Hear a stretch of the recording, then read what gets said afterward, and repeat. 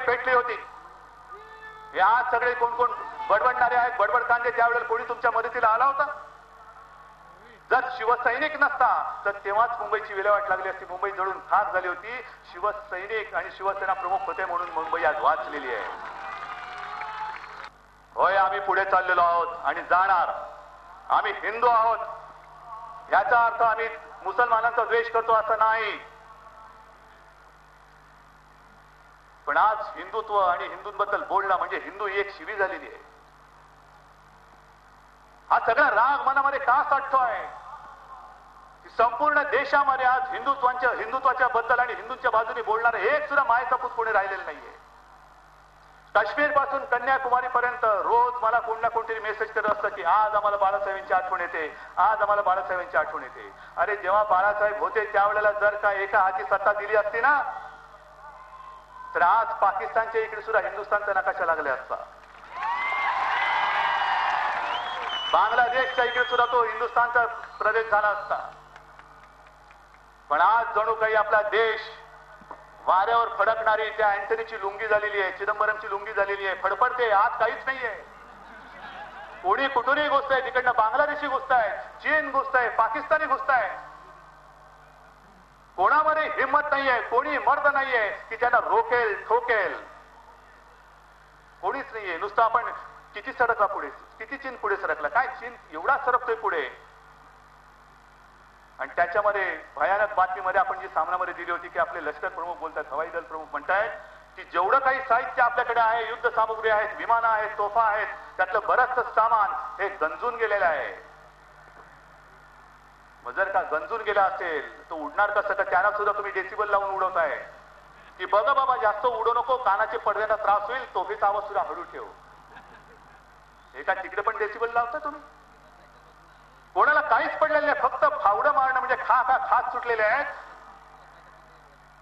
आणि देशाची म्हणून कोणाला चिंता नाहीये। मध्यंतरी मी राजकुमार धूत यांनी केला होता तो कार्यक्रम असोची, आमचा तिकडे गेलो होतो दिल्लीमध्ये। संपूर्ण समोर टाय बूट कोट बीट घातलेली सभ्य माणसं होती, मीच एकटा असा अडाणी। म्हटलं यांच्या समोर आता बोलायचं तरी कसं? पण विशेष म्हणजे पंतप्रधानांच्या भाषणानंतर तुमच्या पक्षप्रमुखाचं भाषण ऐकायला संपूर्ण तुडुंब हॉल भरून लोक बसलेली होती, तुडुंब गर्दी होती। आणि त्या लोकांना मी विचारलं की म्हटलं काय रे, तुम्ही तर मोठी माणसं आहात, सर्वसामान्य माणूस तर सरकारपर्यंत पोहोचू शकत नाही, कसं चाललंय सरकार, काय चाललंय, तुम्ही तर खुश दिसताय, मोठी माणसं तुम्ही। आणि त्यांनी मला सांगितलं की म्हणे उद्धवजी, हे सरकार प्रीपेड कार्डासारखं चाललेलं आहे। मोबाईलचं प्रीपेड कार्ड असतं ना, पहिले पैसे भरा आणि मग बोला।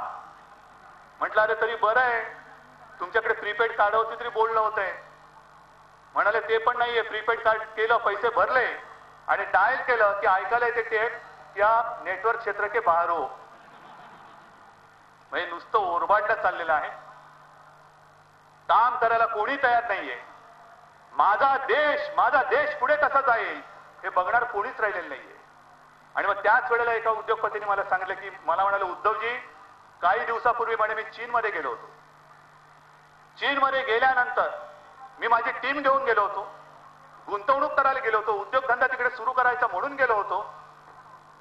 तिकडे गेल्यानंतर तिथले कायदे कानून समजून देणारं आणि आमची जी काय आमची विनंती असेल, आमची मागणी असेल ती सरकारशी बोलायला तिकडची एक दुभाषी म्हणून आम्ही एक मुलगी बरोबर घेतली।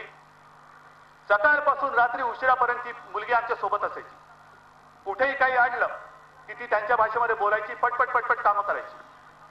10-15 दिवस झाल्यानंतर आमच्या लक्षात आलं की अरे आपण कामासाठी आलेलो आहोत, ही मुलगी आपल्यासोबत 10-15 दिवस आहे, शनिवार रविवार सोमवार काही सुट्टी घ्यायला तयार नाहीये, मग हिला घरदार आहे की नाही?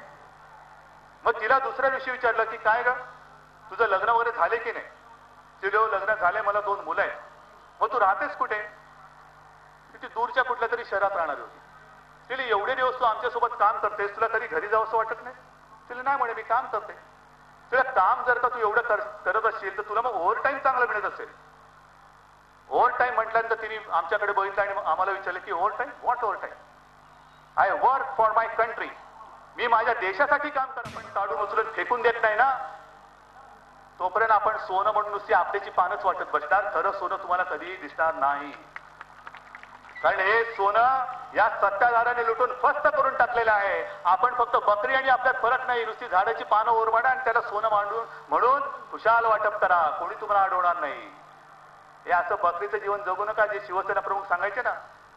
अरे 100 दिवस बकरी होऊन जगण्यापेक्षा एकच दिवस पण वाघ म्हणून जगा. वाघाची औलाद आहोत. अरे वाघासारखे आम्ही जगणार. आणि काय आम्ही गुन्हा केलेला आहे. आम्हाला देश विकासाच्या दिशेने न्यायचा आहे. पण विकासाची दिशा दाखवत असताना जर आम्ही मोदीचं नाव घेतलं तर आम्हाला तुम्ही धर्मांध ठरवत आहात. एक नवीन फॅशन आलेली आहे सगळीकडे, बांग मारण्याची फॅशन. जो तो उठतो तो बांग मारतो, उठतो तो बांग मारतो. ते गोल टोपी घालायची आणि बांग मारायची. ज्याला आपलं म्हणतोय तेच सगळे बांग मारतायत. शरद पवार बांग मारतायत, सुशील कुमार बांग मारतायत, पृथ्वीराज बांग मारतायत. हे कमी पडलं म्हणून कर्नाटकचा प्रदेशाध्यक्ष आहे काँग्रेसचा, तो बांग मारतोय. परमेश्वर त्याचं नाव. काय योगायोग आहे, काय योगायोग आहे. नाव परमेश्वर आणि काय म्हणतोय की अरे सगळेच जण सरकारला लुबाडतायत तर मुसलमानांना सुद्धा मजा करू दे ना. त्यांनाही लुबाडू द्या, त्यांनी कर्ज बुडवू द्या. म्हणजे कर्ज घ्या आणि कर्ज बुडवा. लक्ष्मणराव तुम्ही सांगितलं असाल ना, कुठे गेले लक्ष्मणराव? तुम्ही ग्रामीण भागातले काही किस्से सांगितले का आत्महत्येचे? कशा आत्महत्या होत आहेत?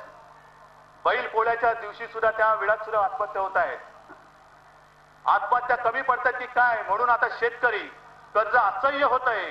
कुटुंब पोसायला पैसा नाही, बैल पोसायला पैसा नाही म्हणून हृदयविकाराच्या झटक्याने सुद्धा मृत्युमुखी पडतायत. ही महाराष्ट्राची आजची स्थिती आहे.